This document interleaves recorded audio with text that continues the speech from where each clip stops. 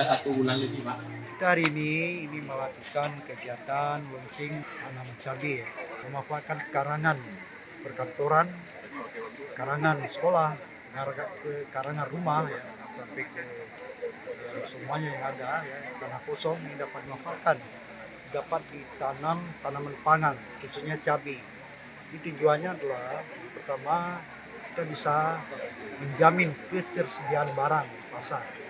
Alhamdulillah kita lihat antusias masyarakat ini, dan mudah-mudahan apa yang kita launching hari ini dapat dilaksanakan, ya, di sekolah-sekolah, ya, di perkantoran, ya, kemudian di tempat-tempat yang ada lahan kosong dapat ditanam tanaman-tanaman pangan.